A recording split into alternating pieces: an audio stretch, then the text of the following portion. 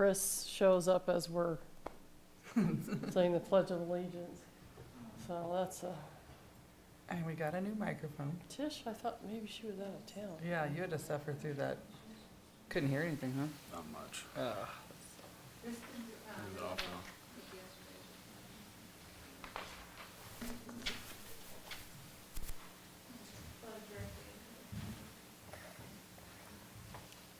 Hello. How are you? Good, how are you? Good.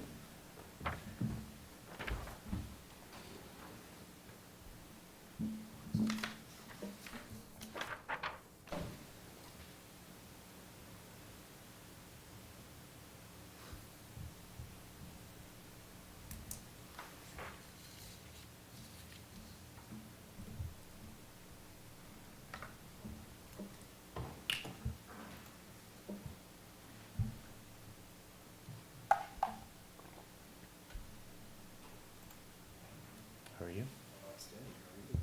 Good, good. Good to see you here.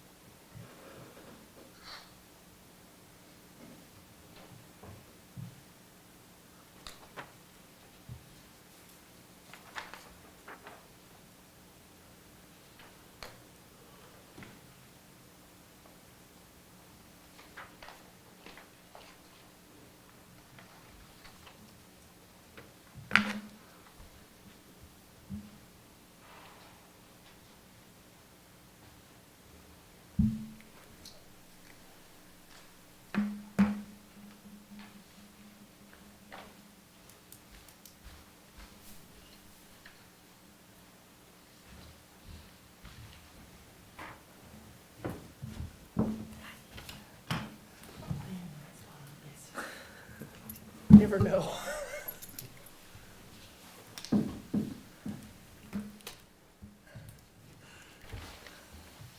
Let's play tonight. Tomorrow night. Game one.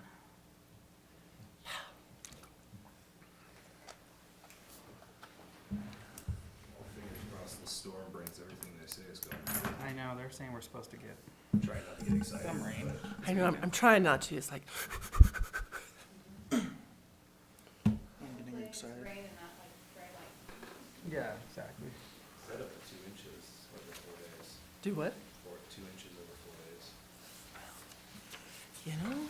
But like I said, I'll believe it when I start. Yeah, seeing it. exactly. It's Is it supposed- just it's start- supposed to- It's the same storm that's hitting Yellowstone right now. Oh my god, did you see those videos of the houses getting like, Yeah, you see that there's like that one shed that's halfway over the Yeah. river and it's like, see, just waiting to see if it goes in. We were in Yellowstone last year. It's like much better choice than this year. Here, all the tourists can't get out right now. But nobody can get in, nobody can get out. I was The stranded. North Road. And the is- bridges are down and who's here? The whole state of Montana. Chris. is flooding. yeah, how come we can't get just a little bit of that? Never figure out ways Is to Chris truck on it. Pipe it down. Pipe it down, please. She's not? Okay. Yeah.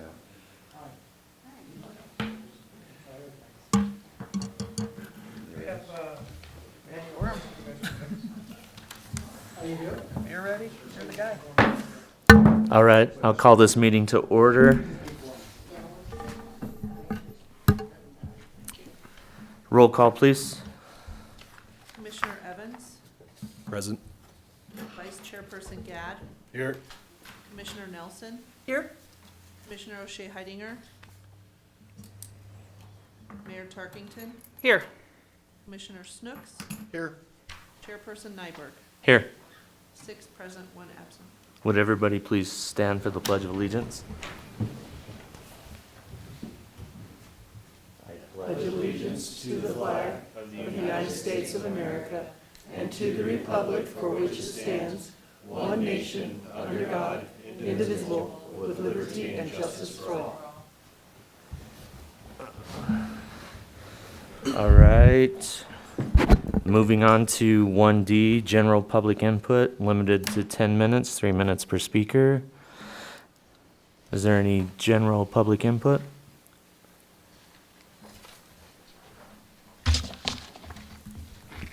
Boy, we got two microphones now. Brian Blanchard, 627 Louisiana Drive. So my comments are to encourage you to adopt some new regulations and to try to actually move forward with doing that. I know that's kind of the purpose of what's going on with Katie and Nicole and you as well, both planning and trustees. What I've done over the last week or so since this comprehensive plan update has been proposed is to try to review some other small towns, communities very similar to ours, Carbondale, Basalt, Gypsum, Eagle. I've probably looked into 8 or 10 different municipalities that are very similar to us in size and also proximity to other, I guess you'd call them higher end communities. Our higher end community, I guess, would be Durango, because we're a part of that in a way. So all of those other communities, if you have a chance, I encourage you to look at MuniCode. If you haven't done that, it's very interesting. And almost all of the municipalities that I researched have been in the process of adopting new regulations and codes. From everything from bikeways to oil and gas setbacks to all of that. Things are changing in our world, and these other towns are really being aggressive with how they're handling that. So I encourage you to look at those small municipalities and get some ideas. They have a part of their website that just breaks it down into what new rules and regs and codes that they've implemented. So it's kind of a speed process because we're all busy people. On the comprehensive plan, real quick, where are we now? Where are we headed? Where do we want to go? And how do we get there? And those are good things to keep in mind. Mission statement, vision statement, and values is good. I have some specific things that I'm not going to talk about tonight and take the time, but things like impact fees for developers that will help offset costs to the residents of Bayfield for things that we feel we need. And that comes back down to where are we now, where are we headed, where do we want to be, and all of that. Impact fees are a big part of these other municipalities that I mentioned. They're all being highly developed, like Bayfield will be in the near future. And developers, as I always say, they're coming, and we need to make them accountable for the impacts they do have on our community, good and bad. So I encourage impact fees. ADUs came up as part of kind of commingles with vacation accommodations and ADUs. I hope you understand those are two very separate things. And ADUs are a good thing and can be a bad thing for a community. So I encourage you to look at that seriously and kind of put some sort of number or a feel to that of what would be appropriate for our town. Other things that I kind of felt was important were fees in lieu of impact fees. So if we know they're going to tear up our roads and add traffic to our roads, and they don't want to pay for that, or you let them off the hook for that, then there should be some process for there's a fee in lieu of, so that our roads are taken care of down the line. Specifically for implementation strategies, I think there's a lot of things we can do on that. This is a very good guide for how we can get there, which comes back to your vision and all of that. And I won't go into that tonight either, but there are very specific things that I hope you look at and give consideration to. Things like, have you ever been to the James Ranch operation north of Durango? those are agricultural, historical kind of things that I think we can do in Bayfield that will have a real impact on our town in a positive way. I will go ahead and submit my list of ideas that I have, my wife and I, on things that can be considered for what we feel would be a good fit for the town of Bayfield. So thank you, and again, encourage you for being proactive. That's all I ask. And remember our motto, is it good for the town? Is it good for the citizens? It's a really simple thing. Thank you. Wait. Would you do me a huge favor? And would you send that list of the towns that you've looked at the muni codes? Would you send that to the city so that they can send it to me? Sure. Because I'd like to see what you've been looking at. Yeah, and it's all online. Right, but I didn't know which towns you had been looking at. I looked at several others, and I was just wanting to see what you had. Yeah, I tried to get it as similar to what our situation is. Right. You know, what's near it. You have Aspen, very near Carbondale. You have Eagle has Vale. So they're all in that kind of same category. And I as looked at Palisade next to Grand Junction, because Grand Junction's kind of in the same, But that's a much bigger, I agree. yeah. So, that's what I'm saying. If you could give me some, I'd like it. Thank you. Yeah, I'll send a list over. Thank you very much. Thank you all. Thank you, sir. Any other public comment?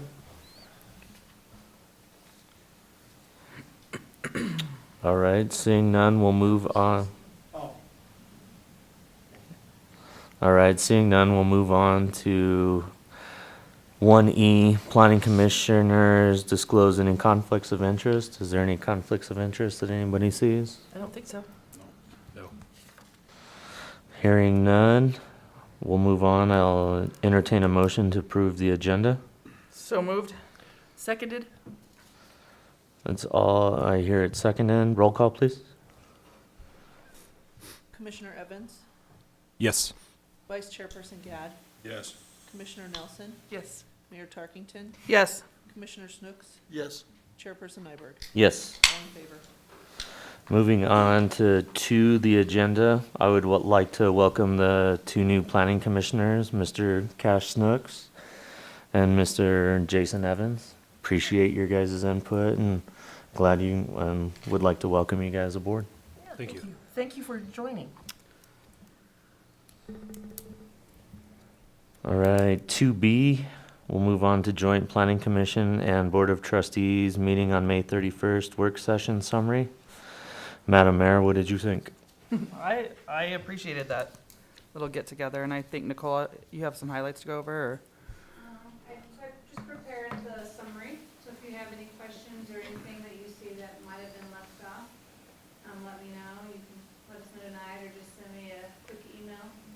But otherwise, what we're gonna be doing is, again, you'll see some of the land use code amendments that were talked about that I wanna move forward with, probably getting on the July agenda for approval. So tonight's really just discussion, there's no decisions needed. I just want to get some more input from the commission and then be back in front of you in July, hopefully for a recommendation to get to the board of trustees for approval to amend the code. And then I also see a series of things coming out of the comp plan update process that will probably lead to more land use code amendments in the near future. And then taking what was discussed at the meeting and working through that, the comp plan, and trying to get our working group. So I'll kind of give you a little more detail on that a little bit later on, but really the summary is just there if you have any other thoughts about anything that was left off, or just a reminder for us of what occurred at that meeting. Thank you, ma'am. Does the board have any? Yes, I do. I just wanted to tell you that, yes, I looked it up, and thank you, but, because you were right in some ways, you can ride your bike on the sidewalk if there are no bike lanes or shoulders. So yes, you can ride on the sidewalk, but I know people would hate for me to be riding. And some municipalities have adopted those more restrictive codes. It's just, I didn't see Correct. it in our muni codes when I reviewed them, so. Yeah. Thank you. Any other questions from the board? Hearing none, we'll move on to 2C, Comprehensive Plan Update Flyer and Initial Questionnaire. So I did leave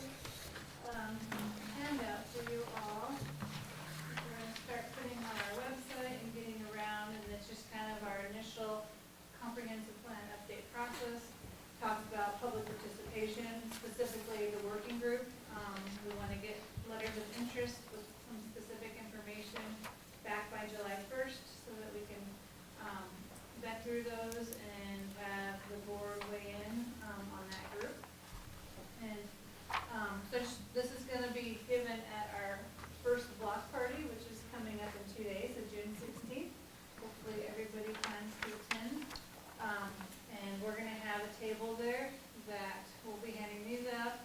We're gonna have one questionnaire, just to kind of start people thinking about the process, and it's gonna have 2 questions on it that they can write and leave for us. And it's, what do you love about Bayfield? And what do you wish was different about Bayfield?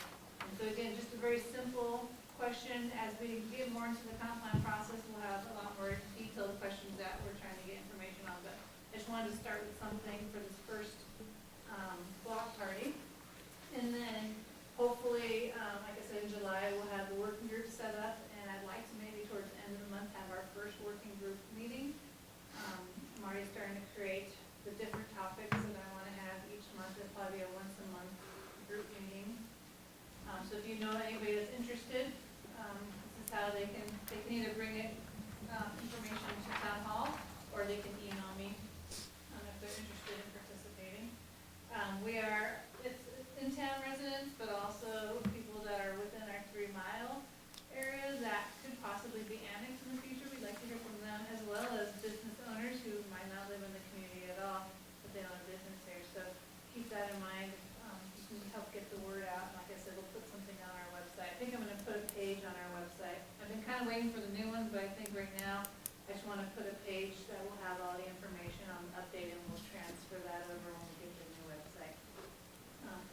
And then, 4th of July, we're also gonna have a table. We'll probably have a little bit more information there at that point on the comp plan, and maybe some more specific questionnaire. And just really, I want to be there just to chat with people and hear people's thoughts about the community. And then throughout the summer, we'll probably have some other opportunities, and then probably in the fall, we'll have some bigger opportunities. I want to go into the schools or get the students involved somehow, and have some series of maybe open houses, or, I mean, public meetings get a little stuffy, I think, for people, but if you had a place like an open house at the senior center, or even here, where people can come and go, they don't have a set time they have to go and sit and listen to a presentation. So things like that, where people can get more information. So more to come on all that, just kind of getting the process going. And if you have any suggestions of events that you think we should be at and talking to people, let me know. Add them to the list. Any questions on the comp plan update process? Thank you, ma'am. So we'll move on to 2D, proposed land use code updates. So in this section, I really, again, you saw these at the May 31st joint work session, but I wanted to get a little bit more feedback from you on a few of the items, and so I divided these up into 3 sections. Really, there's a section that's ready for planning commission decision, so those will be back in July, and that is our notification. We're dropping that return receipt request, or people don't have to go to the post office to actually pick up their certified mail. So we're gonna drop that. That's a very simple amendment, so we don't really need to have more discussion on that. Renaming the subdivision improvement agreement is a very simple amendment. And then building permit inspection fees, we're really just taking what the 2015 International Code Council recommends for those. So again, I look at those as simple amendments that we'll just be bringing to you hopefully in July for a recommendation on those. And then the next section are things that we need further analysis on that's not going to happen in July. For instance, the sign code, that's going to take an overhaul of the entire sign code, which is quite a few pages long. And so that's just going to take some additional time, research of the Supreme Court rulings to make sure that our code is would stand up in court if it ever had to go to that place. And then oil and gas, I'm waiting for the county's process, because I think we may want to kind of take some of their regulations and adopt those for the town, things that would apply to a municipality more than a rural area. And then dark sky community, I heard that at our joint work session, and so I did do a little research on that. It's interesting, there's not that many in the world, but there are so many communities that just have dark sky regulations that you might not be a dark sky community, but you still are following the dark sky regulations, and so those are some of the things I'm going to look look at. And then once you use those regulations for a period of time, you may be able to be eligible to become a dark sky community someday. We have a few in our region that are dark sky communities. And so I want to do a little more research on that, because we really don't have any lighting standards, so that'd be a whole new section of our code, but it's something that I want to keep on the list. And I was going to just list a few that are in the packet, but Crestone, Colorado, Flagstaff, Arizona, Helper, Utah, Norwood, Colorado, Nucla and Naturita, Colorado, Ridgeway, Colorado, Sedona, Torrey, Utah, West Cliff, and Silver Cliff, Colorado. I might reach out to some of those communities too, or even go onto their websites and look at like what their regulations are. And again, we can adopt regulations. It doesn't mean we have to apply to be a dark sky community right away. Maybe someday that's a goal for us. So more research on that. And then affordable workforce housing. I kind of mentioned that there's going to be a lot of grant funding coming out for affordable housing and workforce housing, and our code needs to be in a place where we have some incentives for that type of housing in order to apply for certain grants. And so that, I'm hoping that'll still happen this summer, earlier this summer, but it won't be ready for a July adoption. So those are going to take a little bit longer. And then the last section is really what I want to concentrate on tonight, and that is the code updates that need more detailed discussion, which is what I'm calling tonight's discussion. And I'll kind of go through these real quickly, and then we'll spend a little more time on these. But development review procedures, our zoning district table, special use permits, which would be a new permit we don't have right now in our code, accessory dwelling units, vacation rentals, fence standards, and food truck regulations. And so I kind of want to start with development review procedures, and really what we're looking at there is when we brought in like Mustang Crossing or Marlin Village is a good example. Marlin Village had the Mustang both had to be annexed into the town, so they came before Planning Commission and the Board of Trustees for annexation. Actually, for comp plan amendments first. They needed to amend the comp plan, and then they came in for annexation, and then they came in for sketch plan, preliminary plan, and then they came to the Board of Trustees for final plan. And so that is 5 times that they went to the Board of Trustees. And things change, and I think the process is important because they do hear the public comment, they do hear from the board, they do hear from the Planning Commission, and they made some adjustments. But really, most of those adjustments occurred by the preliminary plan stage, and final plan was just kind of giving it your blessing that it's been approved, and so, or that they're meeting what has been discussed through the other planning processes. And so really looking at the code, I'd like to have a little bit more language in there about the final plan. We have a little bit already that says, at the discretion, we can have them combined preliminary and final. I think the better language I'd like to amend to would be that at preliminary, they get approval from the Planning Commission and the Board of Trustees, and then final just the staff level, if they meet the conditions of the preliminary approval. So if there's something that changes, then they need to come back for that review. But if they meet all of the conditions, that staff can do the final plat, do the plat administratively. So I just kind of wanted to throw that out there and get input or thoughts on, and that wouldn't change the Planning Commission. They'd come to you the same amount of times. That would just reduce one more review at the Board of Trustees. My only concern is with the backlog of geotechnical reports. I know that they were going up for final review process without having geotechnical reports. And I think to a certain extent, my concern is that we don't have, per the development review procedures, all of the required papers to finally approve those things appropriately.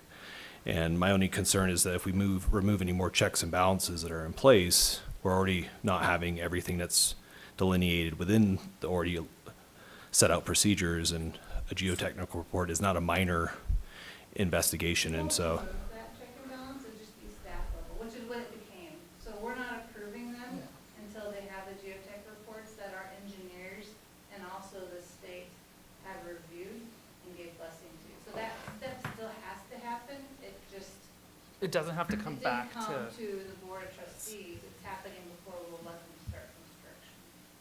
So we're gonna remove any steps in terms of required documents. We're just removing a public hearing. Does that make sense? because we could give a conditional approval pending the remaining documents, knowing that it's backed up. That's just kind of, We're not gonna waive the. No, I'm not saying waiving, it just that it's not getting, per the development review procedures as I read them, the couple times I read them, that was a part and caveat to be reviewed prior to approval. And it wasn't completed prior to approval these last times. And so that is my concern, is that if we don't have a geotechnical report, how is it getting preliminary and final approved without the required documents established by the city's development review procedures? So that's my only concern with that is we're starting with a geotechnical report, like what's the other things that are going to be left out in the review process and left to not public review and public approval and review by the public. And so that's my biggest concern about removing that public review process, is that now it's not getting oversight from the public and the city council and the community development review board. So Well, and that's a good discussion to have, because we did, to keep those projects moving, because the geotech was being held up by everybody, we did let them go through the preliminary with the condition that they provided that geotech. Now, again, it does get the technical review, but I get your public. The changes to the code will not change that, so preliminary is still when the geotech do, and we will still require that at preliminary, so I think the question will be, do we want to hold up a project until they have everything? I would just say, it's probably been 2 weeks since I've received all the geotech reports, so those projects, would have been held back a little bit. But that's the decision of the planning commission and the board, and that's why staff put that as a condition that you guys could weigh in on. But the code won't change in terms of all those technical documents are due at preliminary. We're still gonna keep those at preliminary and hope that everything comes in at preliminary and we'll still get that public review at preliminary stage. So I just wanted to, it's a good point, because we did, work with them on that. But the code's not gonna change that piece, which is they're still gonna be due at preliminary.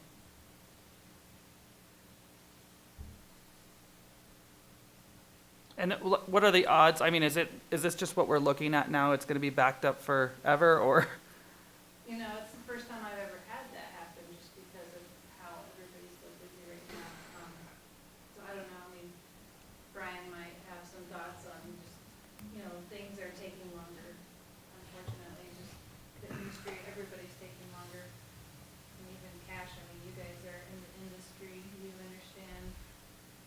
Yeah, it's mainly right now a lack of staff, and one of the geotech firms in town has left in the last couple of years.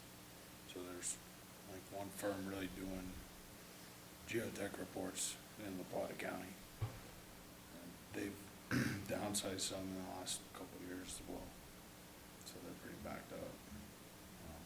So we did I get. think somebody else will come in eventually. Yeah, hopefully. Yeah, we did get them. And so they have been sent out for review. It's just, they were delayed. And I kind of feel, when you get into that technical of a report, I'm deferring to my staff anyway. Yeah. And, that's why we hired him, that's why we have him here.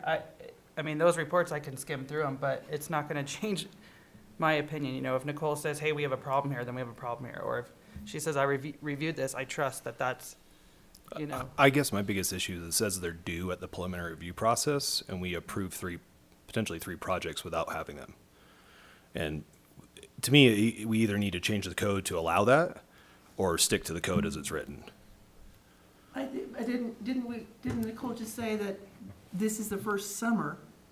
So No. we're in kind of a flux. And I'm just bringing up, I think, Exactly. so we're already addressing the code. Conditional approval. Yeah, That could- or that it comes back for, that the report comes back and is provided to the public that there was no issues or something. Like I said, it's just, right now, the way the code is written is, you have to have all those things prior to any of those approvals being given.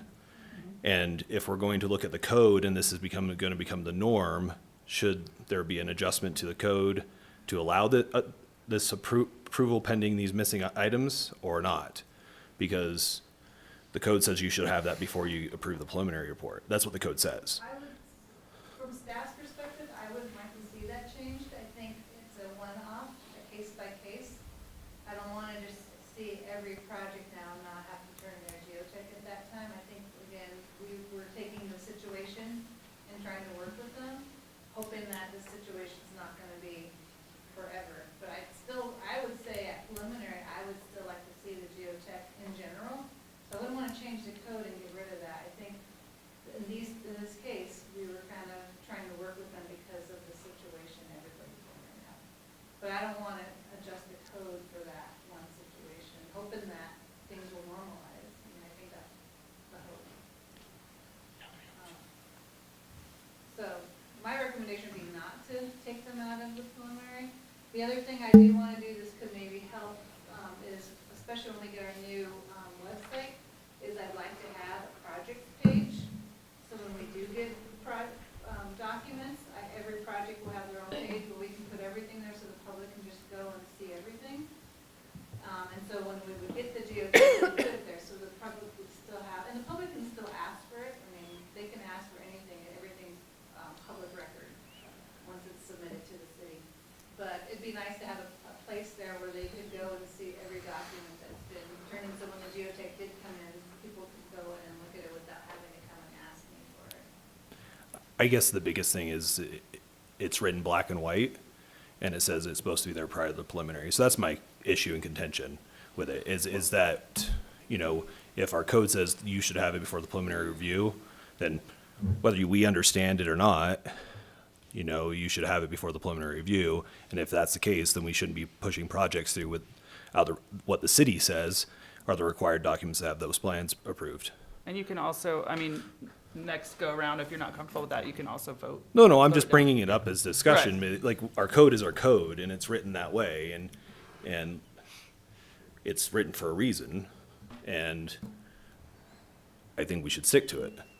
Well, it's written for a reason, but typically the Board of Trustees has that option because they are the authors of the code. They can make those, it's not really a variation, but an element of, especially in the conditions, if there's some certain conditions in that. But yeah, I do understand, and staff does have to follow the code. We don't have any other options. Well, and you also said it's written in black and white, but the unfortunate problem for all of us right now is that we're kind of in this gray area where there isn't, you know, not everything can show up on time like it used to. We're having to struggle to find all these different ways to get it here as fast as we can.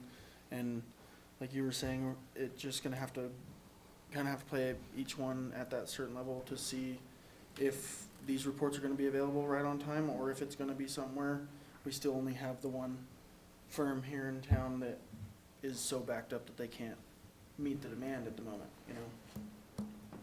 Just a gray area that we'll have to kind of play by ear, I think. And in these three cases, we did require them to provide soil analysis, and their engineers did review that, so it wasn't nothing, but we didn't have the full geotech until later on. But we did have them provide some level for us to feel comfortable letting them move forward through the process. For instance, Orchard's a good example. They actually provided the geotech for Clover 7, which is right next to them, and their infill. So the assumption is it's going to be very similar, and they provided their soils analysis, and then the geotech did come back very similar to Clover 7. And so I think if there was a red flag for us, we would call that out in a situation like we just went through. But because of the three projects and where they were located, we were pretty confident that the initial stuff we were getting was consistent with the area and other developments that happened in that vicinity. But, you know, we could get, like, Bayfield East could be a little bit different because it's such a big area, and it could look different than, and we don't have a lot of that information for those older neighborhoods. And so that might be something where we have some red flags and say, hey, we really don't want to move forward until we see this information. And that's something that we'll try and make sure we communicate clear to everybody as we're moving case if we made them conditions at certain levels of review, and the board of trustees can make that decision as adding these conditions, and that's what we ended up doing with that process. But it's not something we ideally want to do. But I think for this discussion, I think the question is, is the planning commission comfortable with not having the final plats go to the board of trustees, or do you think the process should just remain the way it is in the code right now?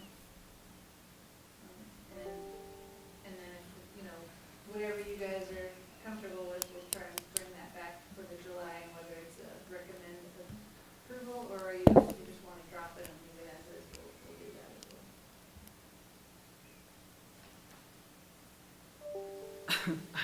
I mean, it's hard for me to say because I'm on both of those, so I have to sit through all of them. And I feel like it's a lot of repeat information, and I feel like from week to week, there's not a lot of progress. So I feel like that final, we kind of already had the presentation before. There wasn't much that changed. And the few things that did change was, something that you had to, mark off anyway, that they had to bring to you. And so I'm okay with skipping that step. I think that there's ample opportunity between the public hearings at the planning commission and the board of trustees prior to that final to get the information out. That is my opinion. I think it delays things.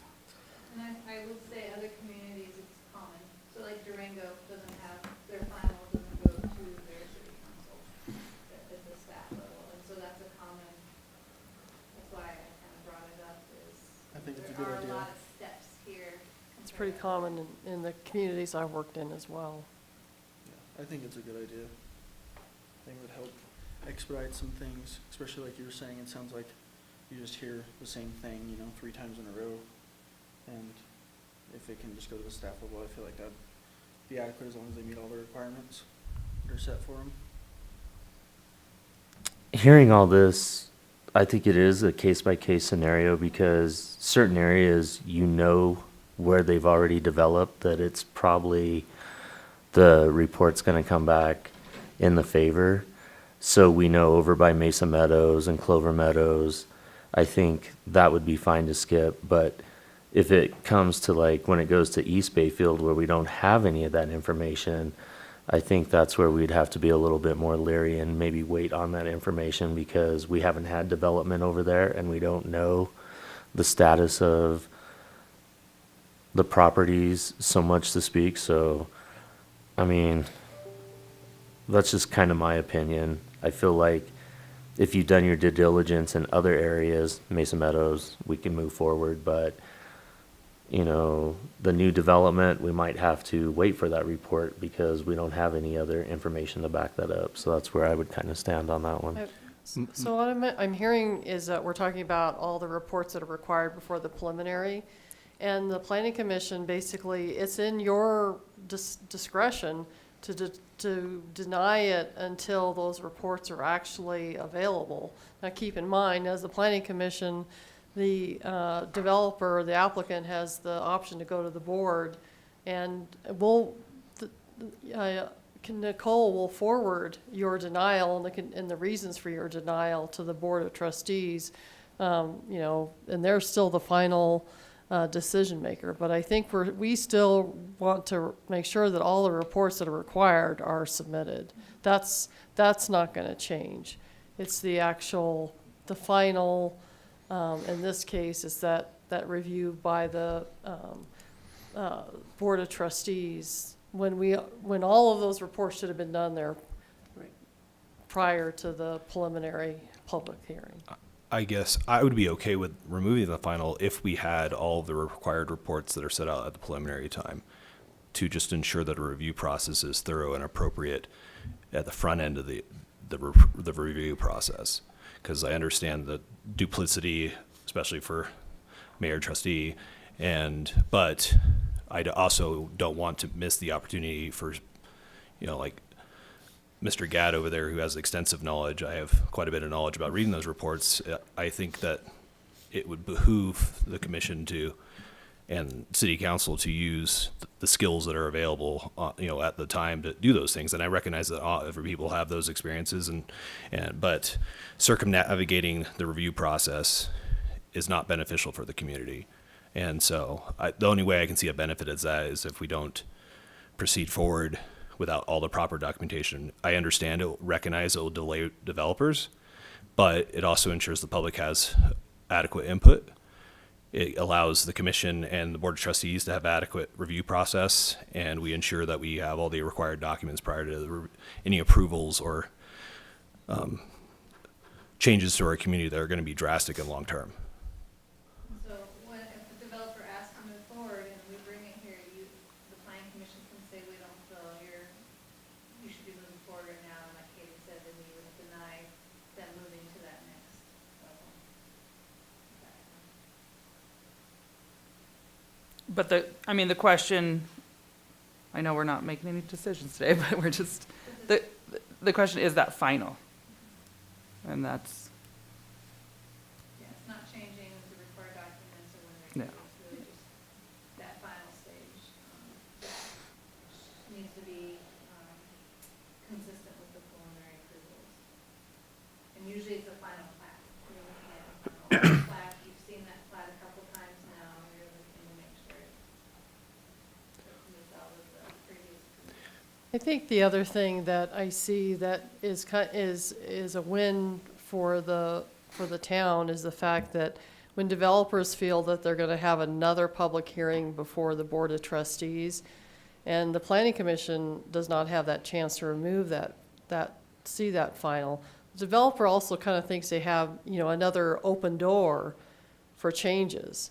And we're hoping that between sketch and up to preliminary, we're pretty much set on where we're going to go versus final now all of a sudden looking at something a little bit different because they feel they have that open window. And I know that's why some of the other communities I worked for decided to remove that, because it gave the developer one last one last chance, yeah. stab at winning approval. So, or some pretty major changes in some cases. I think what staff would say is if there is a change, then we would recommend they go back to preliminary versus, staff finalizing something. Because if it's not consistent with preliminary, and they want to change it, then they need to go back to preliminary, which goes back to planning commission. Any other questions, comments? Seeing none, we'll move on to action agenda 3A, approval of the April 12. Wait, are you, she's Oh, not, sorry, she's got, yeah. sorry. That was just the first one. That was the first that one. was wishful thinking. All right, I was like, my bad. Way ahead of the game here. So the second one, I printed just a little bit larger for you all, but this is the permitted uses. So this table, what we use this for is we'll say, okay, somebody wants to open up an office in our business zone. What does it say for that? So an office in our business zone, if it's financial, it's permitted. If it's all other offices, they're permitted, which means permitted means they're allowed by right. So they might have a site plan review process with staff, but they don't have any public hearings unless they need any variances.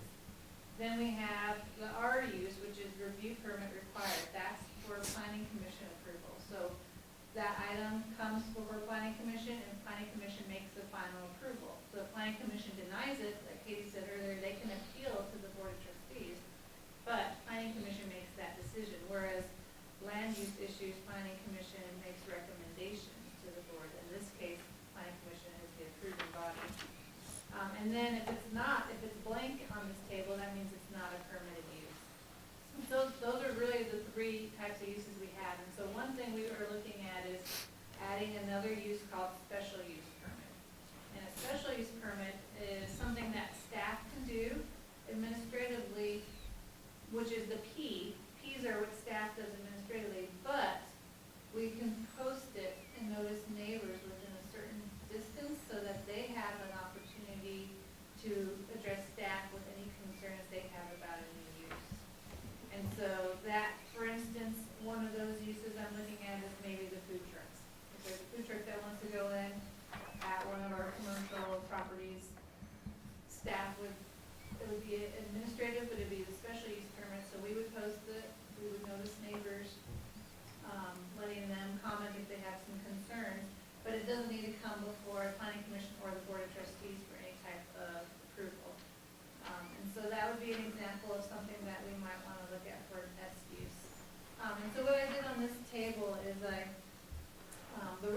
are the ones I'm looking at some proposed changes to. If you have two letters, like an R and a P, right now, the first one is what it is right now, and the second one is what we're proposing to change it to. And then if it's just the one letter that's red, that means it didn't have anything in there before, and we want to change it, or, in some of these, it didn't really show cross out. So I'm gonna kind of go through some of these real quickly with you so you understand what I'm thinking there in the process. And so like the first line, I'm on the, we'll start with residential. So, that first line, single family, right now, in the high density and in multifamily zones, it's a permitted use. But we really need higher density, we really need multifamily in the community. And so we don't wanna see a single family just permitted by right in those zones where we can have a little more density. So instead of doing that as a permitted use, we're looking at a use by review, which means they would have to come to planning commission and have that discussion where there's a public hearing to say a single family unit in one of our higher density zones. So again, we wanna protect those high density for high density, not for single family necessarily. So we would like the planning commission to weigh in on that one. For our duplex, two-family house, in our medium density, it wasn't allowed. And so we think a duplex could make sense on a small lot in the medium density zone, and therefore, making that a use by review for planning commission. Because again, our medium density is mostly single families, but it could fit a duplex lot. So we wanted to have the planning commission have the opportunity to review those.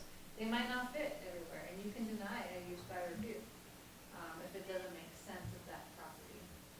But that's, our medium density. And then also in high density, it was a use by review, and we're looking at two-family lots as being special use. So again, in our, trying to protect our high and medium density zones to allow for high and medium density. So another one, multifamily dwellings. Right now, multifamily was a use by review in our high density, but we want to see multifamily in high density. So maybe if that's something where we can look at the use by right in our high density zone, because that's where it fits. And again, our code right now is written to encourage single family and not to encourage other projects, other types of developments, multifamily, higher density. And so I'm trying to look at it as, I think we should be encouraging a mix of housing because people are having a hard time finding rentals in our community right now. And then multifamily above permitted non-residential, so that's more of a mixed use where you have commercial with multifamily. In our Mill Street, it was a review, and I was looking at, well, maybe that's a special use permit, where we can notice neighbors. So we want to encourage mixed use on Mill Street. Also, in our transitional zone, which is a mixture of commercial and residential, it makes sense to allow that to be a special use permit, because that's what that transitional zone is for mixed use. So just a couple of those changes. And again, this is not for decision tonight, it's just discussion. So if you have questions about this and you want to, talk further with me about some of these, I'd be happy to have that conversation. Has Bayfield adopted a municipal code that's more restricted than the state for daycare? Yes, and that's one of that's on here. Yeah, I Yeah. got ahead of myself. Yeah, manufactured home parks, in our manufactured home subdivision, we're not allowed. So that didn't make sense to me, so I'm allowing it as a permitted use, because that's where they make sense. So, and I think some of this might have just been oversight over the years. Accessory dwelling units, right now in our multifamily and our transitional, so our downtown residential, they're not allowed. I think this is a conversation to have, because some people like accessory dwelling units, others are concerned with it. But do we want to allow them in our downtown area? And so I think having that conversation is a good one to have. And also on Mill Street, right now, we have some old residential houses on Mill Street, they're not allowed to have an ADU. But Mill Street's a higher density area, does it make sense to let some of those older homes that have been there forever build a second unit behind them? So something to think about.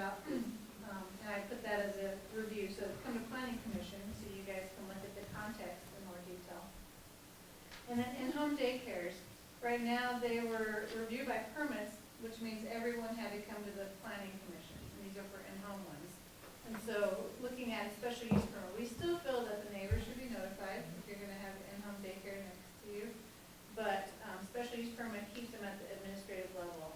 Now, what I would say, a special use permit will have some criteria in there, that if staff has some concerns about something, we can either deny it and they can appeal to the planning commission, or we can recommend it to the planning commission, say, we're not comfortable with this specific situation, we want the planning commission to weigh in, and we can bring it to you as a recommendation for you to make that decision.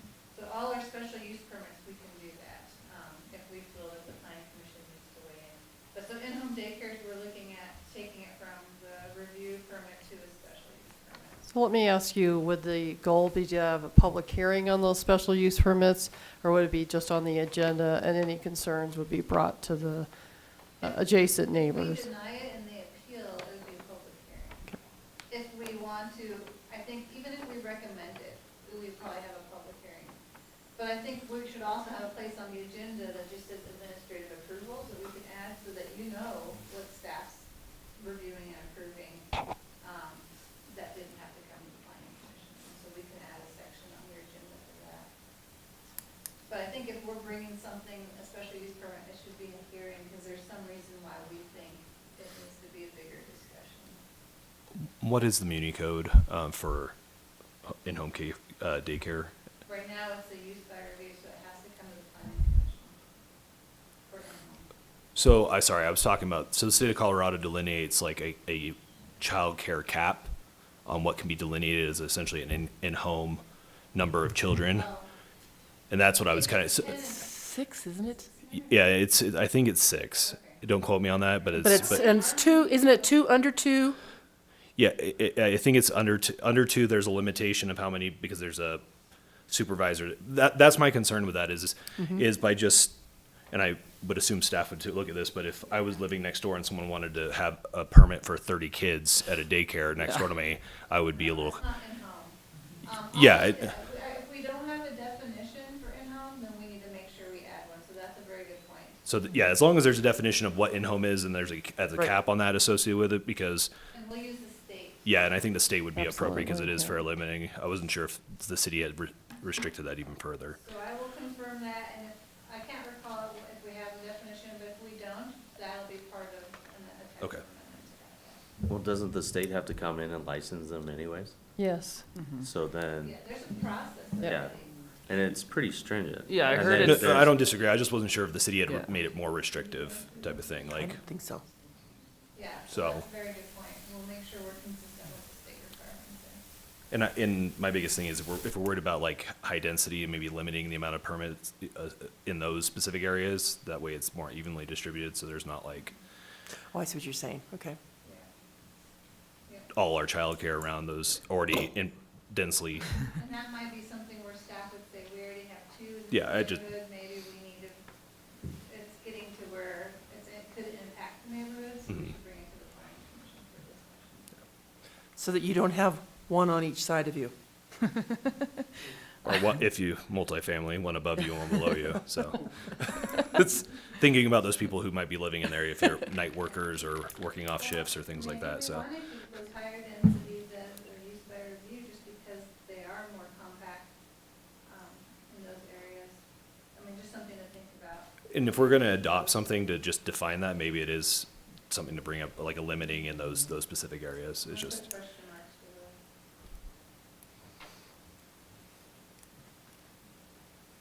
And that's really all I have on the residential area and the public. So any questions on those, or we can turn it over to commercial? And there's not as much changes on commercial, but remember, the first one, that I've dealt with a couple times now, is restaurants. Restaurants in our business in Mill Street and transitional, well, in business in Mill Street, they had to come to the planning commission for approval. And I think we want to see restaurants in our commercial districts, and so we're looking at that as a permitted use. Of course, they still have to go through our site plan process if it's a new restaurant.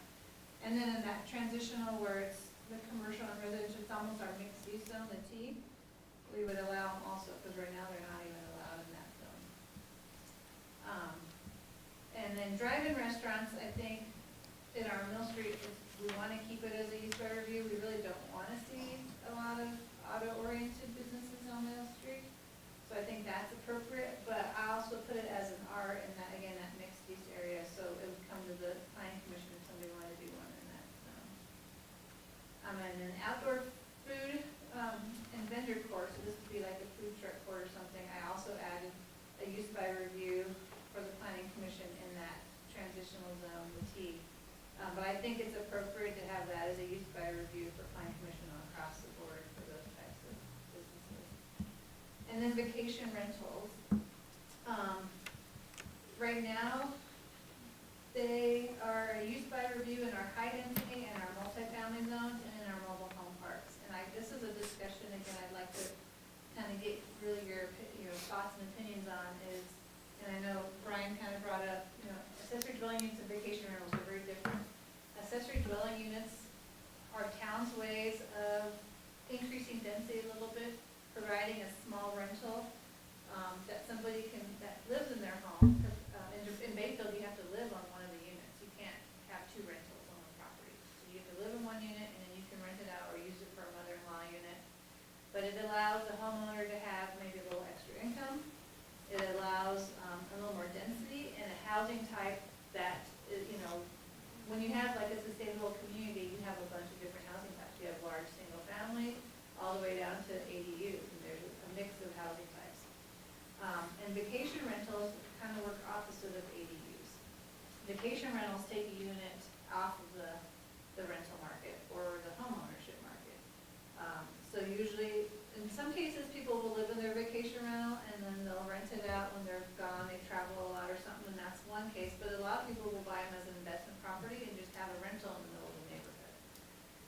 Where it's transitory, so it's transient in nature, which means you don't have a neighbor that's consistent. And so it can be an impact to neighborhoods. And so for high density and multifamily, and again, it kind of goes back to my previous comment, you have higher density there. You have people living a lot closer together, maybe above each other. And so vacation rentals can be very impactful in those types of situations. And so here, you can't tell, but I have the R crossed out, meaning maybe not allowing them in our high density and our multifamily zones. And so that's something I'd really like to hear your opinion on. But again, when you don't have the same neighbor next to you and you're having a group of people coming in on vacation in a high density situation, think of like an apartment complex, that could be really impactful to all the neighbors who share walls, share ceilings, share floors, versus a standalone single family. So I'd like to see your opinion on, or get your opinion on that. When you have a vacation rental, though, you also have a limit on how many people you can have per bedroom. So you're not going to have a big party, say in a two-bedroom rental. You're not going to have a big party because they can only have so many people. Who's checking that?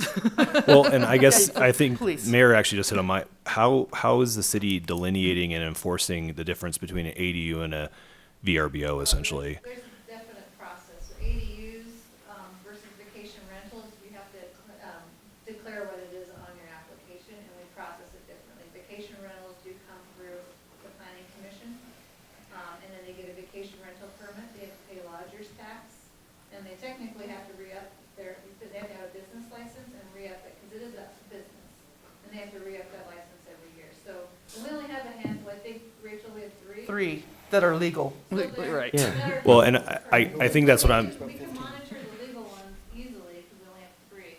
ADUs is a little bit different process because those are an easier permit than a vacation rental. They're not monitored as high as a vacation rental. and I guess I'm looking at the pragmatic application of that.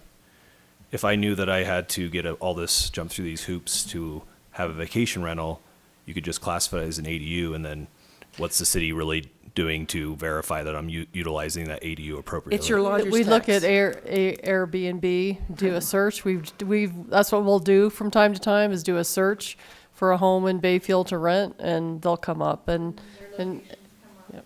So there's ways to monitor them. I don't think Bayfield's had a staff to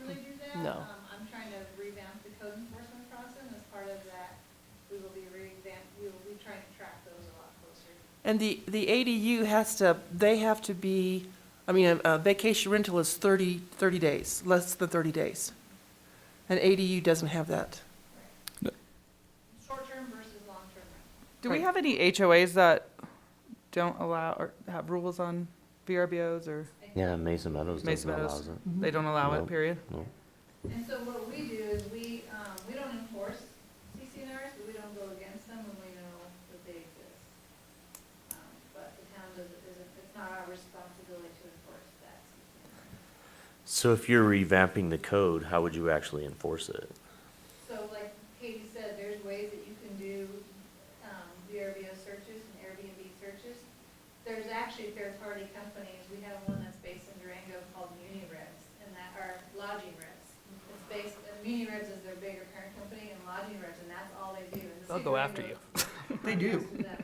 And all they do is find illegal units, and they actually write the violation letters, you have a period of time, and they actually can go back and have to pay taxes for all that time that they were illegal too. So there's ways to do it, we just haven't had the staff to be able to. And we do not collect a lodging tax. The town of Bayfield does not, we collect sales tax, but we do not collect a lodging tax. So that's where it gets, typically lodging tax is how you fund those software packages Right. that basically. And the VRBO and the Airbnb, they do the lodging taxes and they automatically, whereas. No, they collect sales tax and La Plata County's lodging tax, from Right. what I understand, but not, the town of Bayfield does not collect a lodging The tax. voters have to approve the lodging tax. And if we're gonna start having hotels, we're gonna have That's- to look at that's what I'm the saying. lodging tax. And one other thing that I was gonna say too about the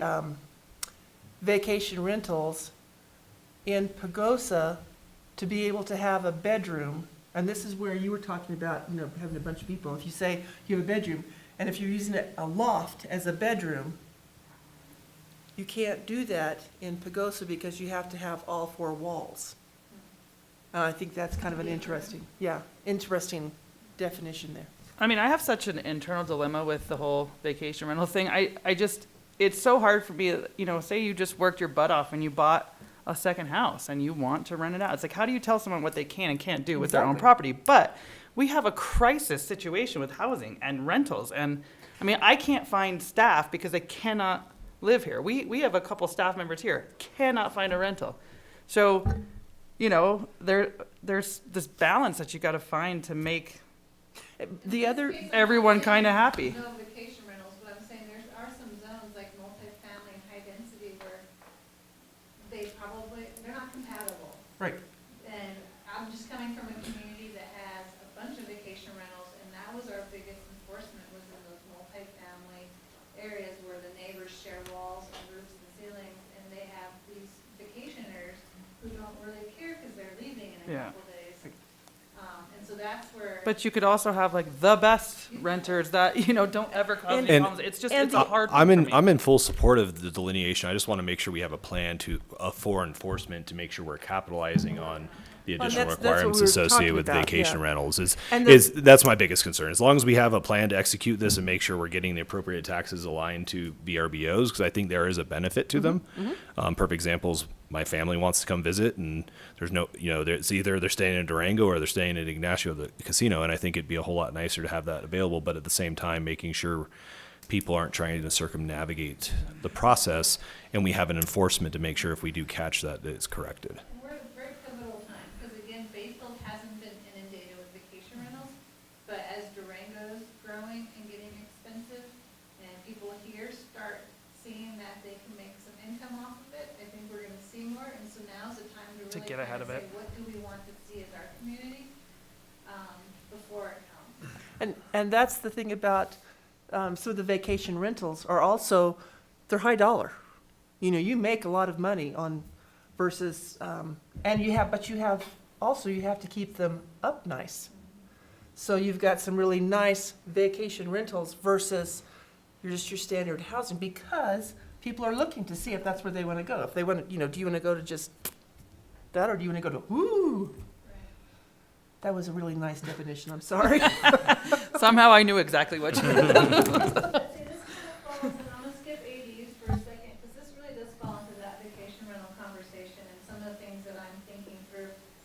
maybe that would help us kind of make some decisions on. But again, really, I'm just saying, let's not allow them right now in high-density multifamily or our mobile home parks. And keep those for affordable or multifamily. But some of the things we need to look at for our vacation rental code is density. Right now, our cap is that it's tied to water taps. Right. And so that's a really hard thing to track. And so I do want to have the conversation of, do we want to just say a number? Right now, based on water taps, I think. It's 30, isn't it? We could have like 30 vacation rentals right now in the community. And that's the other thing too, is something, I believe you said it, where you have a vacation rental on either side of you. One thing I want to just bring up is, perfect example is we have this tiny home village going in.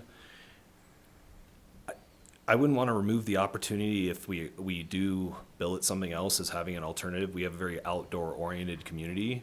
And if you have somebody that would want to just utilize that, something like that as a short-term rental, I don't want to remove the opportunity for that growth as well, though. I still think Correct. that there is we should delineate that through a review process, but that I could see a benefit in our community to having something like a tiny home or something like that, smaller in a trailer park, because that's what that is. It's a trailer park where it's appropriate. Now, our established trailer parks, we don't want people Right. renting those out, and I think someone would be disappointed maybe if they were utilizing a single wide as a VRBO, but So the tiny home village is a planned development, it's Mhm. not in mobile home Okay. zone. But the owners of the tiny home village here in Marlin, they do not want vacation rentals, they want owner occupied. But I will say, you'll be seeing an annexation coming before you soon that wants to have an RV park.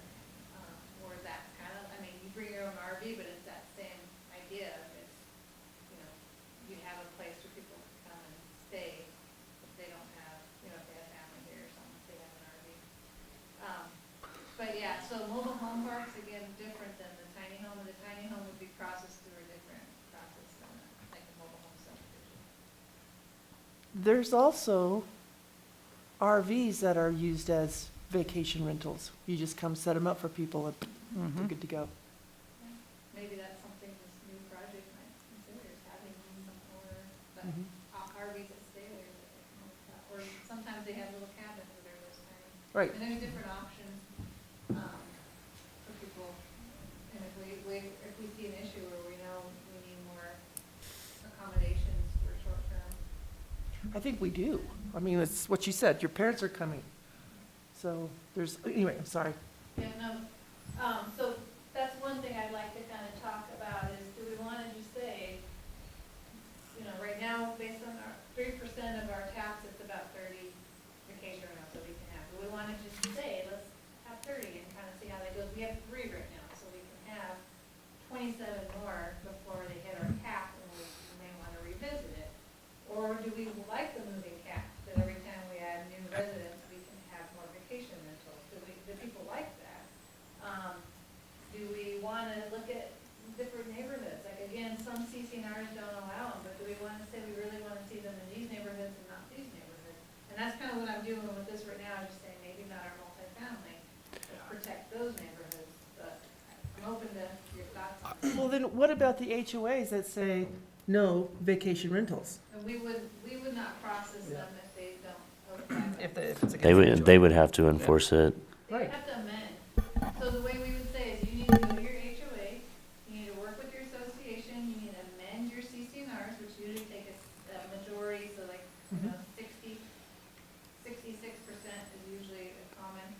And if you get 66% of your residents that say, yeah, we want to see vacation rentals, then we would process them after that's been changed. But if Right. CCNRs don't allow them, we won't allow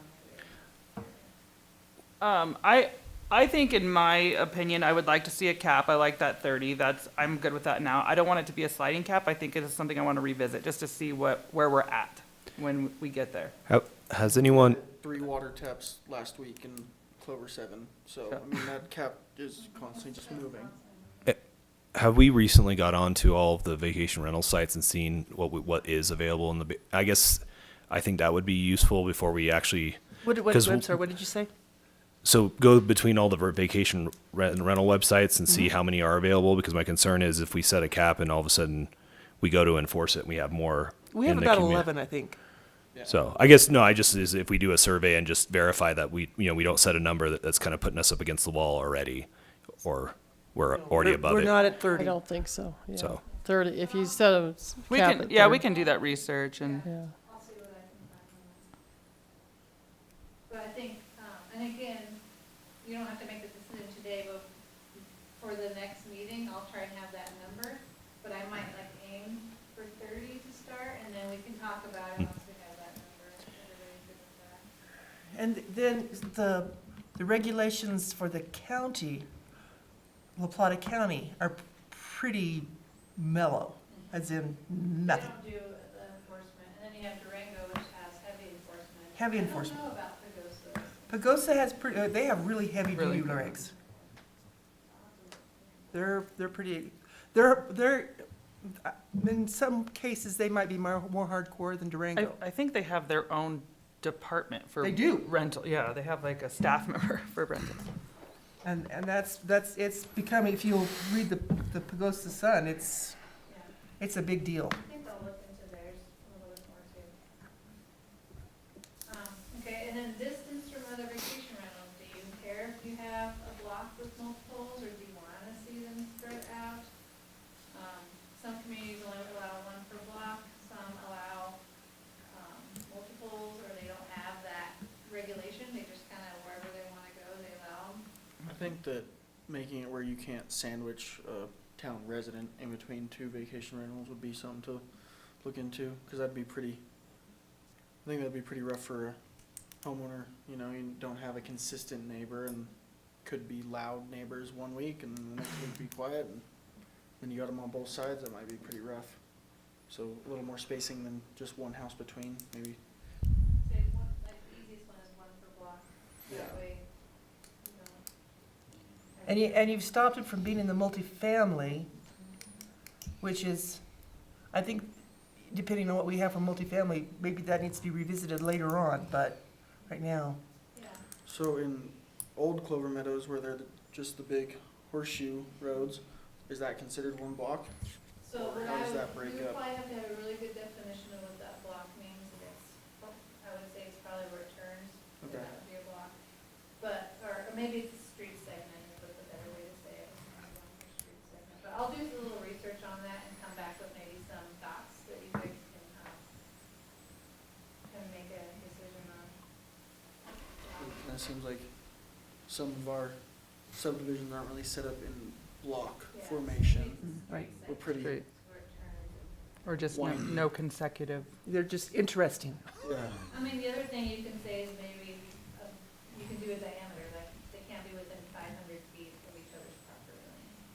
Yeah. I mean, that's. Isn't that kind of what they do with the ADUs? Or is that Durango?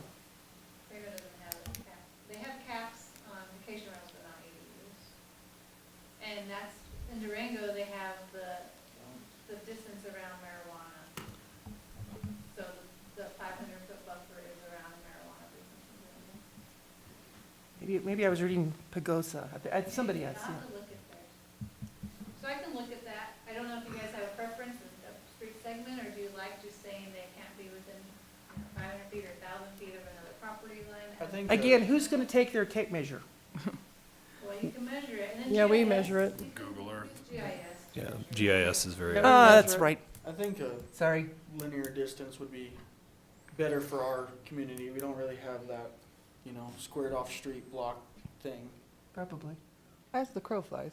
We Right. have this block, but there's a large pond in the middle of it and a couple more weird buildings back there. But yeah, this is a block for us. Okay, well, I'll look at linear then.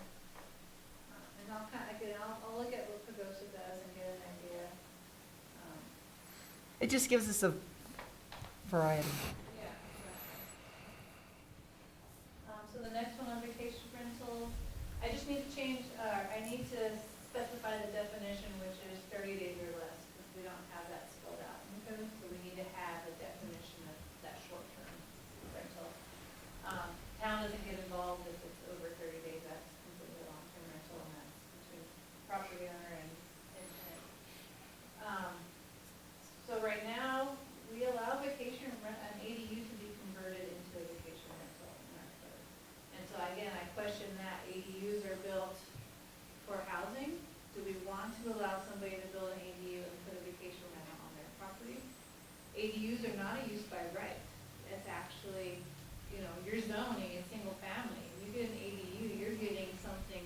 Business. on your property. You're getting an extra income, you're getting something that's not just a by right use. Now, if you're in a duplex zone or multifamily, it's usually more by right, but not in single family. So do we want to give them a exception to the code by getting an ADU and then an additional exception by turning that into a vacation rental? I mean, how does that affect like Jackie Moreland's property? Hers is, she's different because she lives in her vacation rental and she wouldn't be able to put a second unit. But like, for instance, someone in Mesa Meadows could build an ADU in their backyard and then use it as a I mean, I know they can't because of the season. Yeah. Use my house. In general. In my house, I could build an ADU and put in a But short-term rental. Make it a vacation rental, and so what you're doing is, you're not getting that use of the ADU, which what it was meant to be, which was long-term housing. And again, going back to what the mayor said, we do have a long-term housing issue, so do we wanna see, vacation rentals make a lot more money than a long-term ADU rental? Well, if we're going to delineate this as we are, wouldn't that be changing the usage of the property and therefore require a review? Say that again? So based on just the chart that you provided us right now, an ADU is a lot of time permitted, based on what I'm saying, and then it's a review, and so it would be a change of use. So they'd have to get the ADU, and the ADU does require a permit from the town, so they Mhm. have to get a permit for that ADU, and then they'd have to come to the planning commission to ask to turn that ADU into a vacation. Because then they'd have to get a business permit for the for the long-term rental. Oh, sure. I'm good with that because I think Vacation that, rental. that we're gonna have different scenarios that I think, So you wanna just leave it, allow them right now? I would, I think through use and review, at least there's a check that's appropriate and it's Isn't being that done. what you just said, we have a review? a Yeah, permit? that's, And I'm she- saying don't allow them at all, what they're saying is. I agree allow with, them to I go agree, to think we need to the review. I just think is, you may have had the best intentions starting off as an ADU, but maybe you had a couple bad residents or something like that, and maybe somebody wants to make that choice and still get income out of their property. Right. I struggle to be too big brother with that decision of somebody choosing to make that business decision and then wanting to change it. And then if they want to go through the proper processes to change it and make it, I think they should have that opportunity. So we'll just, if everyone is okay with that, we'll just leave the code as it is right now, there's no change. how do you feel? And we revisit if we start seeing a lot of our ADUs. Of course. turning into Yeah. VRs, and it's something that I might bring back to you and say, Yeah. hey, we Absolutely. need this type of housing, let's Mm-hmm. use it. Because I'm back to saying, a lot of times your short-term rentals have to be really kept up nicely to be able to be rented. Whereas you don't always get that with your long-term rentals.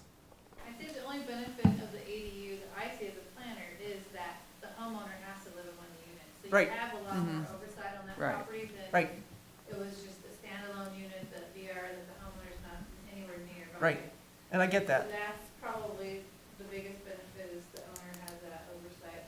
But again, you know, I would say as a planner who wants to see more housing, we should just watch that one closely if things start to change. Mhm. Right now, we don't have that many ADUs or vacation rentals, so we're not in the face of emergency yet. But we don't wanna get there either. Exactly. Code for vacation rentals require either an owner or a management company within town or something? Within 60 miles, it was Pagosa, and I think 60 miles is Durango I also, don't think ours has, it just says, that they, well, we have the. or maybe within an I have it hour. here. I think it just says they have to have it designated that's available. It was just writing that to Because I read it the other day. Vacation rental.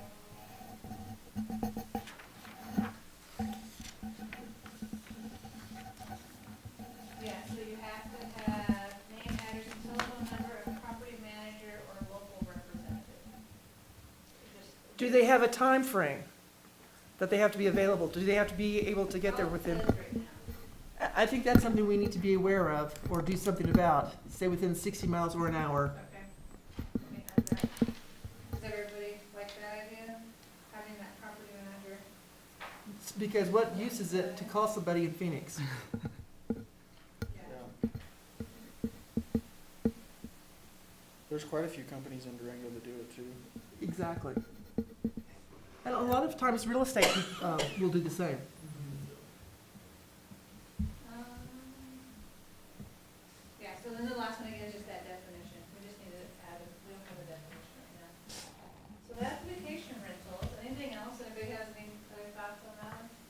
No, I know we're gonna be revisiting this, you know, as That's it, okay. and I know the goal is to get ahead of this, but I know. Like I said, I've done a lot I know of it's- research on This one's this. hard. It's hard to tell somebody what they can do with their own business Yeah. investment.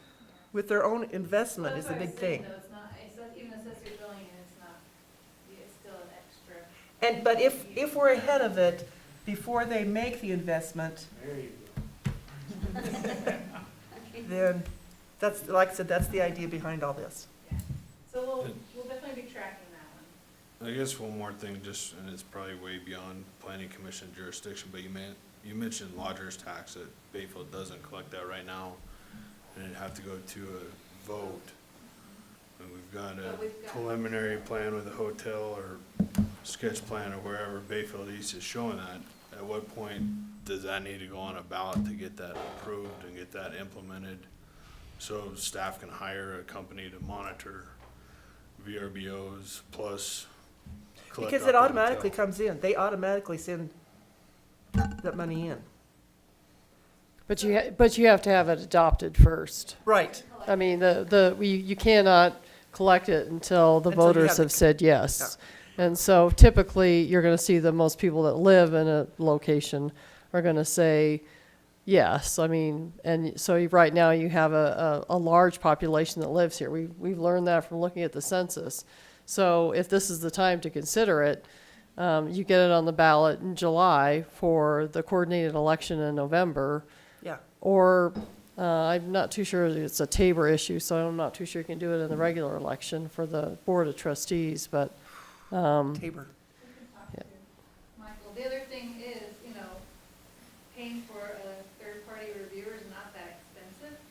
So we need to have that discussion of what are the other things we're gonna wanna see lodger's tax go to, because you're gonna have to have some clear, especially for the public, so Right. they understand, you're gonna have some clear delineation of what you wanna use that lodger's tax funding on for the community. But like Katie said, lodger's tax are not paid by the residents, so usually residents don't. They're all, yeah. Not paying. It's for the parks. So yeah, I think to have those discussions, and maybe that's something that comes out of this comp plan process, is if we do adopt a lodger's tax, what does the community want to see that money go towards in our community? and the state statute just gave you a little more freedom regarding affordable housing as well, so. It's a good discussion. I'm really liking the idea of bike paths in the river, okay? Just so you know. River access. Those are typically already eligible, so. I know you guys didn't know that.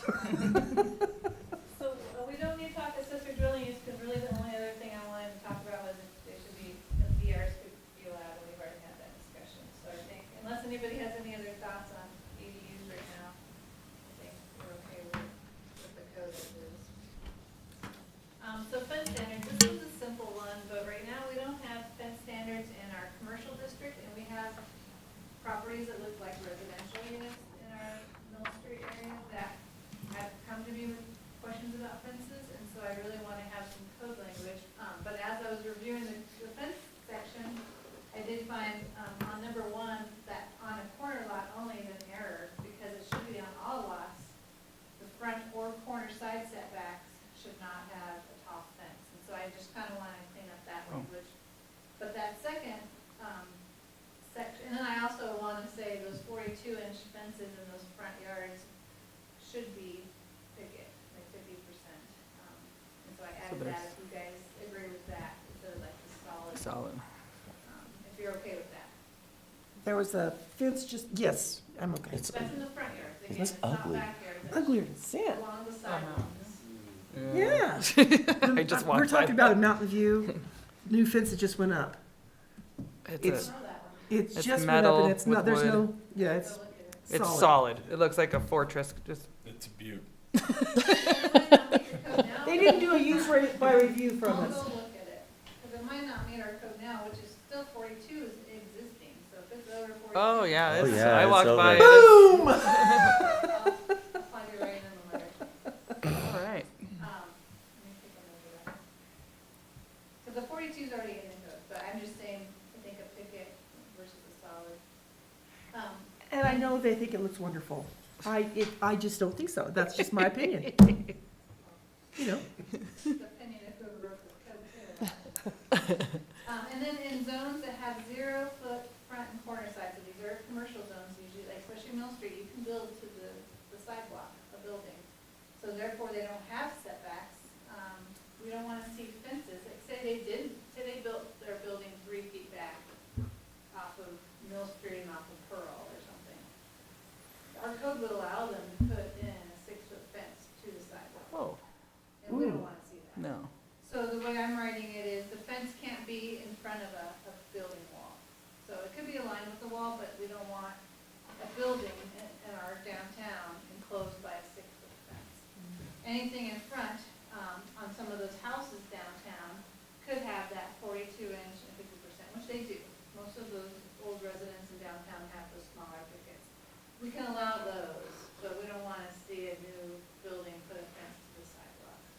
And right now, anything on Mill Street can have a fence at the 0 setback along the sidewalk, 6 feet. Did not read So, wanna get that one changed. Okay. And then the last one is food trucks, and I did reach out to our food truck, we only have 3 right now, that are permanent, or have been acting permanent, just to let them know, but I kinda gave them a late notice, but I told them we'll be talking, and they can call me if they have questions. But really, right now, food trucks in our code are only allowed 180 days. And then the town manager can extend that 180 days, but then they have to leave that property for a period of time, not just a day, but like a long period of time. And during the pandemic, Bayfield's gotten lax about enforcing that. We've allowed the 3 food trucks that we have to kind of remain on those properties permanently. So I wanted to put together some code language that would give them opportunity to be a permanent use on a commercial property. I wanted to run some of that by you. And the first one is, again, they have to be located on private property as an accessory. So what we don't want to see is like a dirt lot in town that's zone commercial, get a food truck and put gravel down and have people come. We want them to be an accessory to an existing building that's already been built to meet standards. We only want to have 1 on a property, and I'm saying at one time, because we do have 1 property that has 2, but they aren't there at the same time, so I'd say 1 at a time on a property. The property needs to meet town standards, including parking lot paving, adequate grading and drainage, and the principal use needs to be a use that's allowed here, so we don't want to see them at a rendering site, say that's in the middle of a commercial, which we don't have that, but just as an example, we want the use that's the principal to be a use that's allowed in that zone. The food truck and trailer location does not impact on-site circulation, fire lanes, or fire hydrant access, so where they're gonna be located needs to be safe location. The operator has access to the restroom in the principal building, because we know the food trucks don't have restroom facilities. The food truck, let's see, and then signage, I think, I skipped one. The food truck and trailer is self-contained, or needs to meet town requirements if it's connected to utilities. We do have one right now that's connected illegally, and we need to work with them, but I wanted to get the language in place so we can work with them to attach properly if that's what they want to do. And so we'll give them the option to do that, or they can remain self-contained, but they can't just connect into the system without going through a process, like a brick and mortar building. And then signs, I think, I'm kind of going back and forth on how that looks, because some food trucks are just completely wrapped. And I don't want to discourage that necessarily, but at first I was saying 2 signs. Maybe one is attached and one could be portable, so I think I'd like to get some thoughts from you all on signage for those. What we don't want to see is a lot of signs that we don't even allow in our code, like pens and stuff that are blowing in the wind, because we don't allow those anywhere. So using this, we can go and kind of enforce some of the situations we have to make sure that they come in compliance with our new adopted regulations. So how do we want the signs to look? And then also looking at them to be allowed through the special use permit process. So again, we notice the neighbors, but it doesn't necessarily have to come to the planning commission. And then they will require review by Upper Pine and San Juan Basin Public Health. So any thoughts on any of those? I thought they had to be already. Well, I just want it in the code. Okay.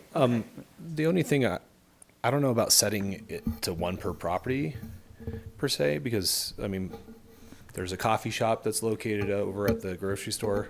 And what if a food vendor wants to go in there when the coffee shop isn't open? I think that should be, if we're gonna do a special permit, be allowed to staff to address it appropriately. And then if you have an issue, then it'd be allowed for review. Start getting into that area though of food courts, which like, if you know, familiar with Durango's 11th Street Station where they have usually 4 or 5. And we do allow that, you know, but that would be more of a site plan review where we look at a lot more detail and specifics for all of that. So I think, I mean, that's a good conversation to have. Like, do you want to say some properties can have 2 maximum depending on space? But I would caution you to just open-ended, allow as many as they want, because then we're getting into a different category of them. I think that could be reviewed. I think there are areas in town that could use 2. But when you have AJ's Pizza and Subway all competing for a market, I feel In like that those town. brick and mortars should get, they should have first dibs there. I don't think you should allow another truck there. But, you know, if, But that's kind of the property owners. well, yeah, that's true. That's, They should have control over their That's- competition. private. And I think like True Value has a very large lot, and if for some reason they wanted to bring in 3 food truck, you know, I'm just saying, like, I think limiting it to 1 per property without allowing a caveat where it's appropriate. I'm not saying we cram all 5 into a tight quarters and create traffic hazards and things like that, but I think by limiting it potentially limits the commerce that could be brought in and establish a long-term, if they have success here in Bayfield, somebody who is temporary may decide to stay long-term and increase sales tax revenue. You know, with the limited commerce that may or may not be coming in and out, this might be an easy way to bring in simple commerce into the city where appropriate. And like I said, though, we do have a use for multiple, so we want to be cautious on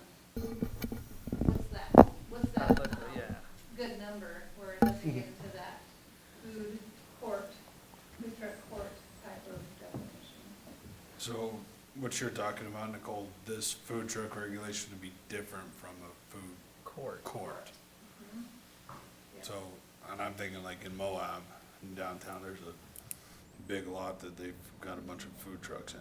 Yeah, So we would that's look at that. 2 different. Yeah, we would look at that through the site plan review process. Okay. And they wouldn't go through the same process because that whole site would be considered a food court and be a different use than just 1 food truck or 2 on a private property. Okay. And we do have a code section for that, and again, it'd just be a site plan review process. And I think going back to advertisement, it needs to be mobile.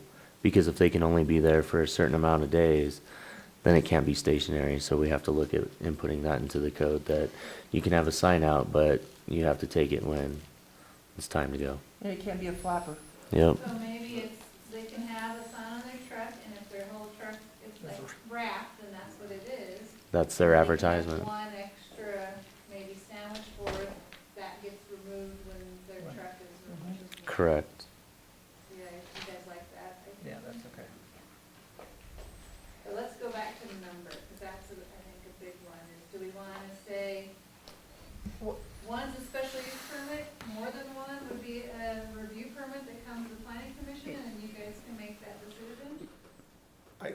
I think it depends on what property it is, because I think the staff is adequately prepared to like look at it and go, okay, cool, 2 food trucks can be permitted here safely. Now, if someone's coming to do 3, we're gonna deny that, but you that have the right becomes a to food review court. it. Yeah. You know, So Is that what? So this qualifies as food court? only 1 per property at a time, that's operational. So if like you have the coffee merchant, okay, I mean, I know that law is different, but, so you have a coffee truck and they're open from 6 a.m. to noon, and then you have something that opens from like 2 to 8. So I say we do have this situation right now, I get the $2 ones, Family Dollar General and Yeah. I think it's It's Family the- Dollar. where Yeah, they it's have Family the, Dollar. Papa Family Dollar Murphy's. has 1 food truck, the peddler that does the pizza, and they take their truck home. Mhm. So it's not stationary there permanently, and then they have the barbecue place that comes a couple days. And so there's not more than 1 truck there at one time. Whereas the merchant is real permanent, they don't move it. So I would say, you have situations where, that's why I said 1 at a time. okay. So in in the case of the Family Dollar, they're meeting that requirement of one at a time. And Right. it's just, they're not there at the same time, they have opposite hours. And then the merchant is one because they don't move. So they're different situations. And I guess my concern is that in Junction occasionally there would be like one passing through and would take the opportunity to come in and hit this location.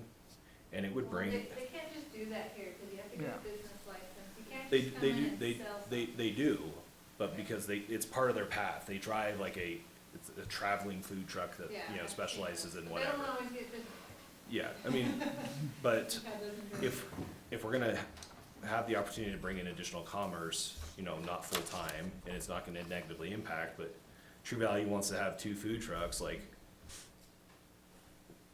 I think that taking that all the way up, it's just like the daycare thing, why are we bringing this up to such a high level when it's very something that can be Well, reviewed appropriately by Take a step staff? back. This is for permanent. This is not, we have a temporary section. If they're gonna be there under 180 days, there's a temporary permit that doesn't have all of this criteria. But This the- is if they wanna stay permanent, so it's not for those traveling ones. But that's what I'm getting at, is we have a permanent one in the merchant now, so no temporary one can go in there. As of what I have this drafted right now, correct.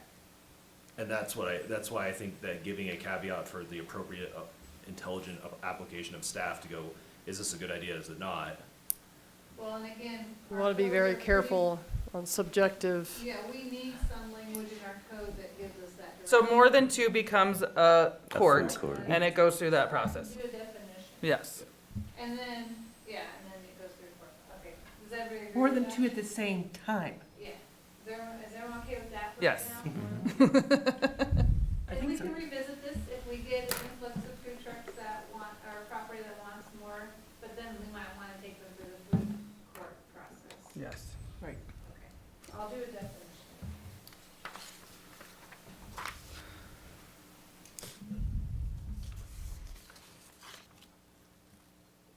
Okay, so 2 okay at one time. And then if we feel like that property is not suitable for 2, we'll either deny it and they can fill, or we'll bring it to you. Yep. All right, I think, that's it for me. Okay. So that wraps up kind of the land use code stuff, Chair, and then I just have something at the end during discussion and then any other questions? Okay. Lots to think about. There is lots. I'm sure there's gonna be more.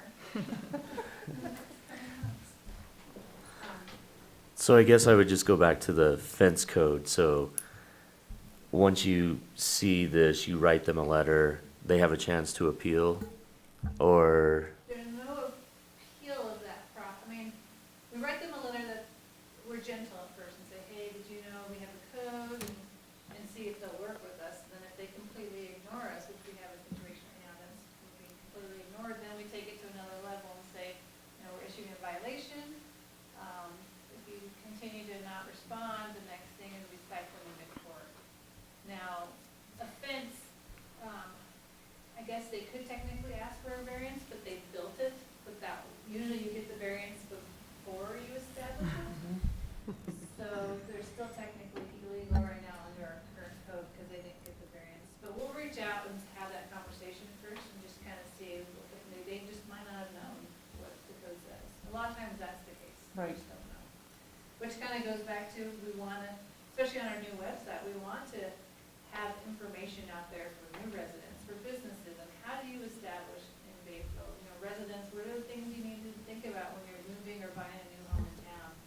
Because there are regulations that people just don't realize are in place, and how do we do that outreach so that they find out ahead of time? So hopefully that'll become a better process, especially with the new website, we can put a lot on there. But yeah, so we'll do a gentle Good. touch first. What about, like a permit requirement to do a fence? I mean, a $10 permit to come in, here's what I'm gonna do, We could do here's that. where it's gonna go. I know jurisdictions that do that, because then they can track them and process them. And again, that's a lot, and really, that's just a lot of education as well, because people don't know they need a permit to do that. So it's just similar, but that's something we can talk about if you want to. I mean, it'd help regulate it a little bit, and at least if a fence is going up and somebody sees it, and, hey, that's not right. Especially Or if there's it's not a permit. cemented on it. in those posts. Right. Hit a phone line doing it. It's definitely something we can look into if you, are interested in the permit process. and tracking fences. The big thing is there's so many existing, so there, a lot of them are grandfathered. So Right. we kind of have this period of time where it's like, was it built before 2022 or after 2020? So we get to that, but it's something we can look into. Any other questions, comments from the board? All right, hearing none, we'll move on to the action agenda. 3A, I would entertain a motion for the approval of April 12th, 2022 minutes. I would make a motion to approve the minutes from April 12th, 2022. I'll second. Roll call, please. Commissioner Evans, Yes. Vice Chairperson Gad, Yes. Commissioner Nelson, Yes. Mayor Tarkington, Yes. Commissioner Snooks, Yes. Chairperson Nyberg. Yes. All in favor. All right, moving on to number 4, discussion and adjourn. 4A, Monday, June 20th, 6:30, next board meeting for the trustees. We had to move it because we're going to CML from our normal Tuesday to Monday. Oh, 4 guys. And then you had updates? I just have 2 quick announcements with you. Oh, no, go for it. So I just wanted to let everybody know that, we mentioned this a while back, we were applying for a grant to do a study for a pedestrian crossing on 160 near where the pawn shop goes across, to Commerce. So, we were awarded that grant, so we're gonna start that process of doing a study. We will need to do some, traffic counts and pedestrian counts, and we're gonna wait till school starts for that because, we're not gonna get much in the summer probably. But, we're gonna start that process with SGM as our engineer that's gonna help us, with that study. So yay, we got some money for that. And then also, the Board of Trustees did approve last week, a resolution that allows staff to be the applicant, or the town to be the applicant for the Bayfield East intersection and signal, project. So we are gonna be applying to CDOT for an access permit, as well as we got some funding to pay SEH Engineering to get, the design plans to 60%. And the hope with that is, we're using the 500,000 that we collected from the school district when they built the secondary school, they had to pay towards that intersection. So we're using 158,000 of that to get to 60% design.